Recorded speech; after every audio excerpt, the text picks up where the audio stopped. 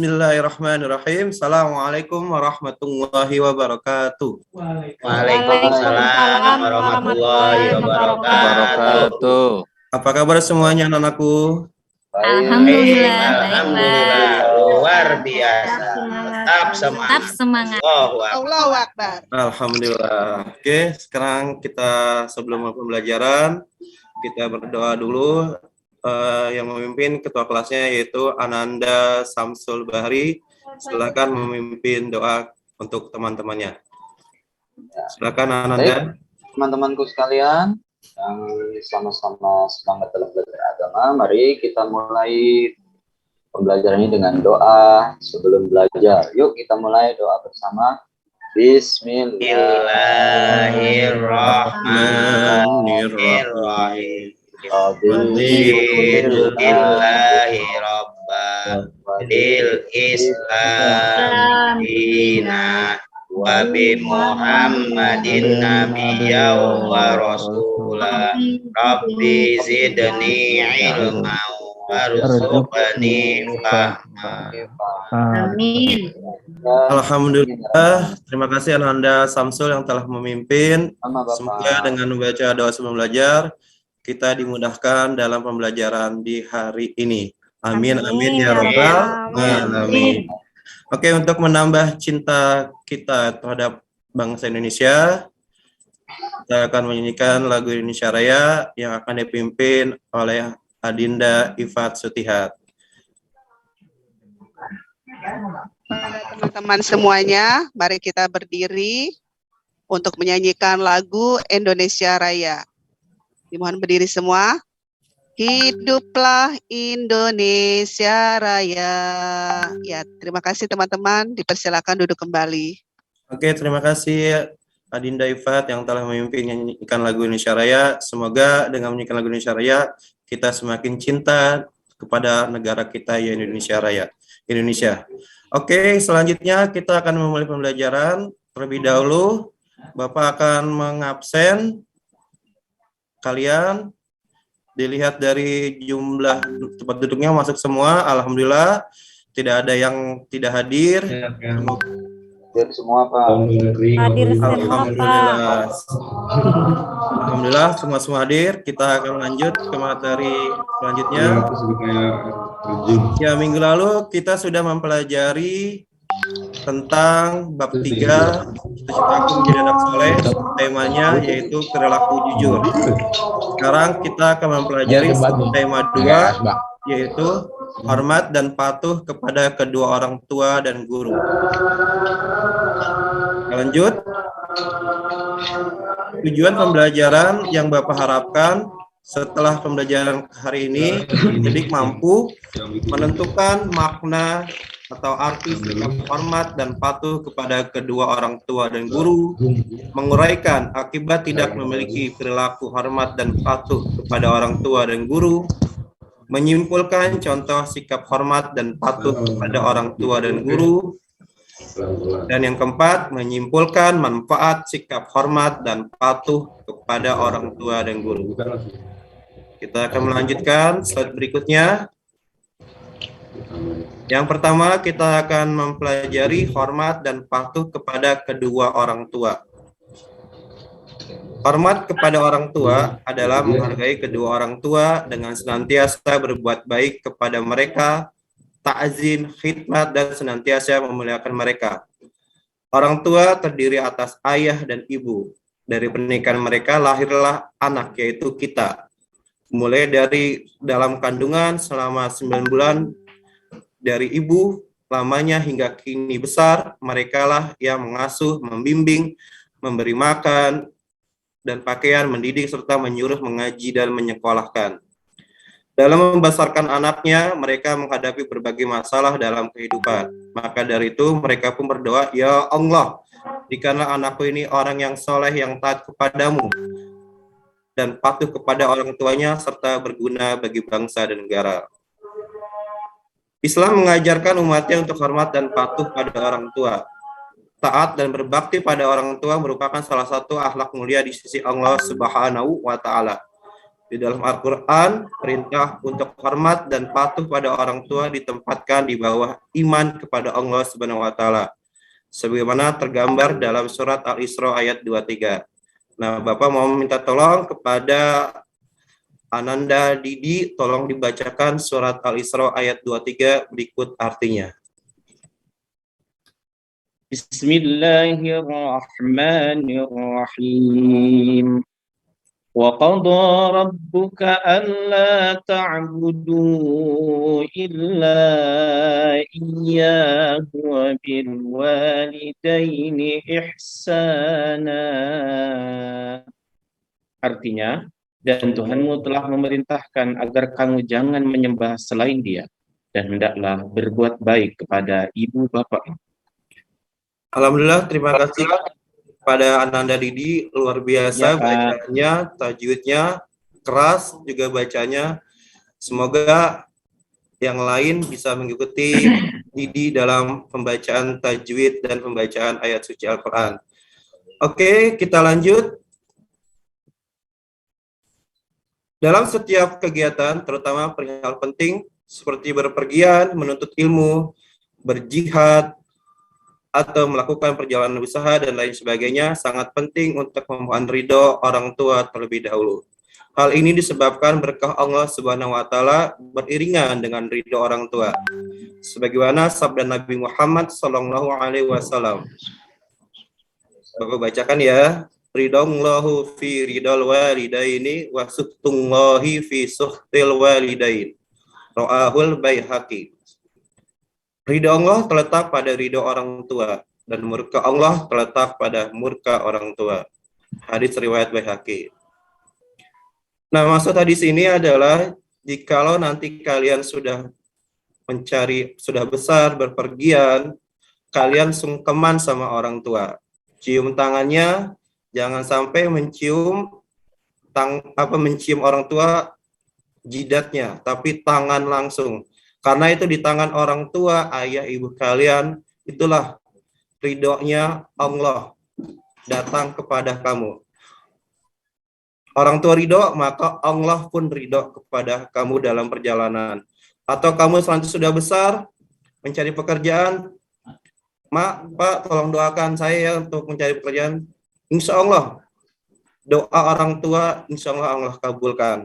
Makanya Allah sangat ridho kepada anak yang berbakti kepada kedua orang tua. Oke, begitulah harapan ayah ibu kita. Mereka tidak pernah berhenti berdoa agar anaknya berperilaku soleh. Jasa mereka tidak akan pernah dapat dibalas. Oleh karena itu, sudah sepantasnya kita sebagai anak menaruh hormat, setia, dan patuh kepada mereka. Tapi ada anak yang tidak mau menuruti perintah orang tua. Apa yang terjadi? Nah, Bapak minta tolong kepada Ananda Umi, apa sih akibat tidak hormat pada orang tua? Iya. Tolong dibacakan. Ya, Pak. Akibatnya, kalau tidak memiliki sikap hormat, maka kehidupan sehari-harinya akan bermasalah.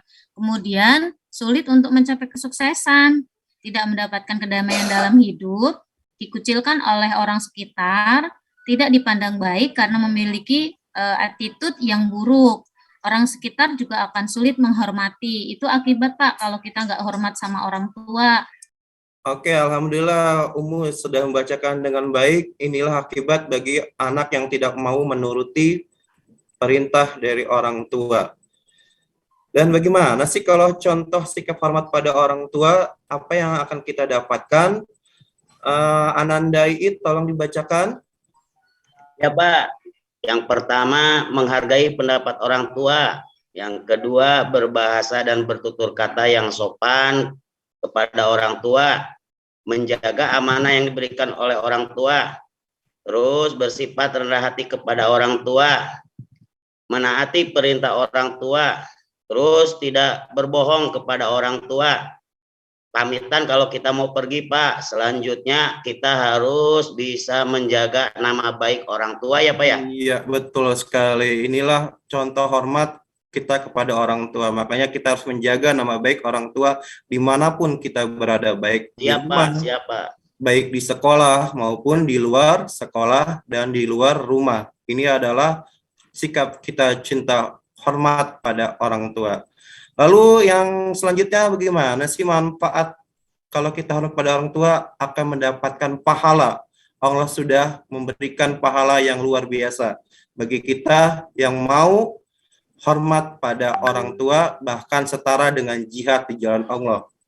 Allah ridho atas dirinya sebab ridho Allah bergantung pada ridho orang tua.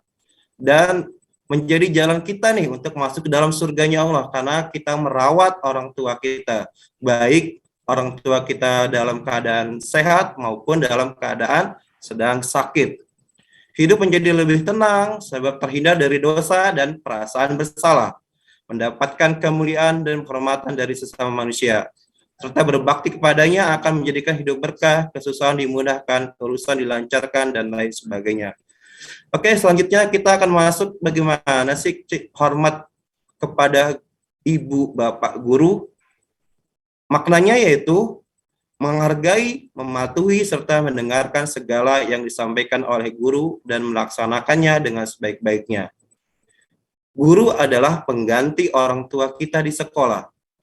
Guru telah mengajari, membimbing kita beribadah, membaca Al-Quran, berbahasa yang baik, berhitung, bergaul, dan lain sebagainya. Guru adalah orang yang mengetahui ilmu atau alim ulama. Dialah orang yang takut kepada Allah. Bapak minta tolong untuk Ananda Komarudin, boleh dibacakan ayat suci Al-Qur'annya, surat Al-Fatir ayat 28. Ada Ananda Komar? Ada, Pak. Boleh minta tolong dibacakan Ananda Komar? Surat apa, Pak? Fatir ya, Pak? Fatir. A'udzubillahi minasyaitonirrajim. Wa minan nasi wad-dawabi wal an'ami mukhtalifun alwanuh. Kadzalika innama yakhsyallaha min ibadihil ulama. Innallaha azizun ghafur. Masya Allah. Terima kasih Ananda Komar. Subhanallah, bacaan ayat sucinya luar biasa. Berkah dunia akhirat nih Ananda Komar. Amin, Amin. Pak. Ya Allah, amin ya Rabbal alamin. Artinya ya, dan demikian pula di antara manusia, makhluk bergerak yang bernyawa dan hewan-hewan ternak ada yang bermacam-macam warnanya dan jenisnya. Di antara hamba-hamba Allah yang takut kepadanya hanyalah para ulama. Sungguh Allah Maha Perkasa, Maha Pengampun. Quran surat Al-Fatir ayat 28. Waktunya gitu, Bapak, ya. Ya, oke. Alhamdulillah. Kita akan memberikan, Bapak akan memberikan diskusi kelompok 1, 2, 3, 4 mengenai tentang hormat pada orang tua dan guru. Ini Bapak sudah memberikan nama-namanya, dan ini adalah diskusi yang akan kalian ikuti. Kelompok 1, nomor 1 dan nomor 5. Kelompok 2, nomor 2 dengan 6. Kelompok 3, nomor 3 dan 7. Dan kelompok 4, nomor 4 dan nomor 8. Alhamdulillah, nanti kalian diskusikan, dan Mosnya ada di bawah. dengan kesimpulan materi hari ini. Di sebelah sini ada mos, tahu nggak, Dek? Di bawah, dekat pojok-pojokan. Yang pertama, hormat dan patuh Sebelah sini itu ada apa tadi? orang Di tua dan guru yang kardus-kardus itu, Dek. punya wajib bagi setiap umat muslim. Hormat dan patuh pada orang tua harus dilakukan pada Iya, saat dekat-dekat situ. tua masih hidup atau pada saat orang tua sudah meninggal. Contoh sikap hormat dan patuh pada kedua orang tua adalah menjalankan perintahnya dan merawat orang tua pada saat mereka sakit. Lalu contoh sikap hormat pada guru yaitu mengerjakan tugas yang diberikan guru dan mendengarkan penjelasan guru pada saat guru mengajar dengan baik. Sikap patuh dan hormat kepada orang tua dan guru harus dilakukan karena kedua orang tua dan guru merupakan orang yang berjasa bagi kehidupan kita. Ya, alhamdulillah sudah selesai materi hari ini.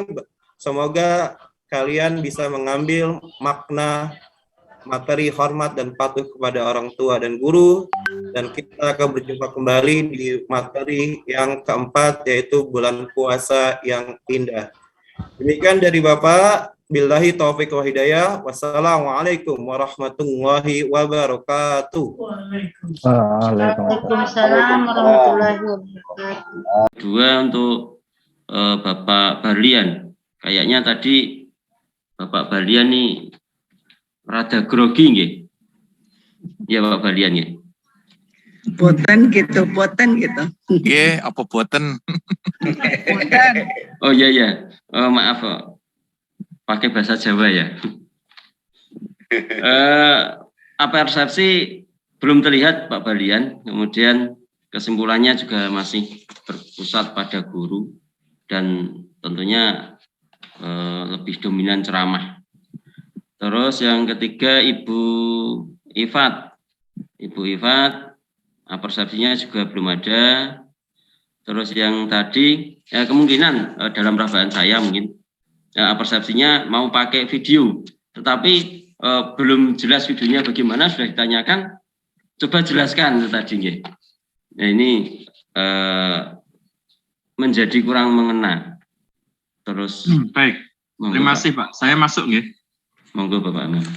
Saya mohon maaf tidak masuk on cam, ini sedang ada Zoom juga yang lain. Saya memang mengikuti Barodarubu Umu ya. Suara saya bisa didengar Bapak Ibu? Bisa Pak. Baik.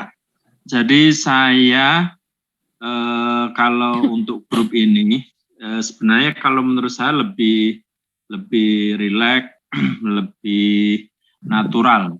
Saya merasakan lebih natural ya. Lebih rileks, lebih natural. Tentu secara teknis saya sepakat dengan Pak Habib tadi ada masukan-masukan, tapi yang saya tangkap secara emosi karena sudah yang ketiga kali mesti sudah rileks. Pak Iit ya, itu jadi muridnya juga sangat rileks, bagus gitu, enak semua, menjadi komunikatif dan itu sudah datang dari hati ya. Sudah tidak merasa ini tugas, sudah ini tidak merasa beban, tapi sudah menikmati. Nah itu yang saya rasakan. Tentu saya ingin mengucapkan terima kasih kepada semua kelas PAIB 2 ini yang menurut saya teamworknya bagus. Jadi saling support itu menurut saya modal yang luar biasa. Dan memanggil itu udah nggak sungkan, meskipun ada yang keperucut tadi masih memanggil beliau gitu, misalnya masih ada yang beliau, muridnya kok beliau itu gimana? Nah itu tapi tidak saya temukan seperti yang sebelum-sebelumnya. Jadi sudah rileks betul-betul, saya menikmati banget. Tentu seperti saya berada di kelas Bapak Ibu dan sangat hangat, itu penting. Jadi menjaga. Nah ada pertanyaan-pertanyaan, saya paham ya, misalnya anak-anak sudah sarapan belum Bu? Sudah sarapan belum misalnya. Kalau coba saya jawab, saya menjadi muridnya, belum Bu Guru. Coba Bu Guru akan menjawab gimana? Atau Bapak Guru? Jawabannya gimana Bapak? Kalau misalnya muridnya menjawab, kenapa nggak sarapan? Nanti menjadi panjang ya. Kenapa kok tidak sarapan? Atau misalnya sini tak kasih uang, silahkan beli sarapan. Nah misalnya itu.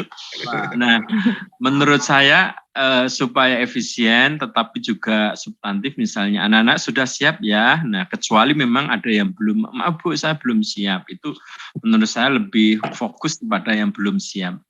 Tapi kalau menimbulkan polemik, agak itu jadi pertanyaan itu boleh, tetapi mungkin kita juga siap-siap dengan pertanyaan tadi. Kalau dijawab belum sarapan Bu Guru gitu, kalau kemudian jawabnya kenapa nggak sarapan, nah itu nanti polemik, siswanya malah nggak siap belajar, itu mikir sarapan. Bisa difahami Bapak Ibu ya? Insya Allah. Ya, jadi lebih. Nah, kemudian yang bagus lagi di grup ini adalah para mubaleknya sudah nggak ada. Jadi saya sudah sudah merasakan seperti di kelas, bukan seperti di majelis taklim. Nah, ini juga kemajuan. Tepuk tangan untuk kelompok yang ketiga ini ya. Jadi sudah tidak seperti pengajian, Gus Muafiknya sudah nggak ada, terus Pak Qasim Nursehanya juga nggak ada. Jadi hanya yang terakhir tadi Pak Zaim ya, Pak siapa? Pak Inam itu memang masih dominan Pak jenengan. Nah, yang lain-lain tadi sudah jenengan dominannya ceramah masih dominan, dan saya juga setuju kadang-kadang jenengan langsung membalas. Nah, sebenarnya Bapak Ibu yang punten ya, punten banget. Misalnya Bu Umu itu menurut saya sudah komprehensif ya. Bu Umu mana Bu Umu?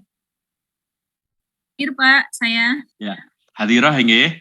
Nah, tadi Bapak Ibu Hadirah. nanti misalnya bisa dicek ya rekamannya Bu Umu itu. Saya pikir satu kelas bisa melihat itu. Bagaimana proses Bu Umu mengajar, komunikasinya, terus ya semuanya baik, tapi belum komprehensif. Artinya segala komponen itu disentuh semua gitu loh. Ada tadi refleksinya juga sudah melibatkan murid, kemudian juga ada pantunnya, dan pantunnya bukan sembarang pantun, bukan misalnya makan bakwan dengan aura kasih cukup sekian dan terima kasih, tidak begitu, tapi tentang zakat, tentang ajaan itu. Keren deh pokoknya kelompok B2, sukses Bapak Ibu, dan saya pikir nggak ada yang kurang. Menurut saya cukup baik ke atas, jadi baik ke atas artinya hanya hal-hal teknis yang tidak substansi, tetapi kalau RPP saya sudah memberikan komen, mohon untuk diperbaiki nggih, karena itu bisa dilihat dan bisa dibaca, jadi mohon diperbaiki.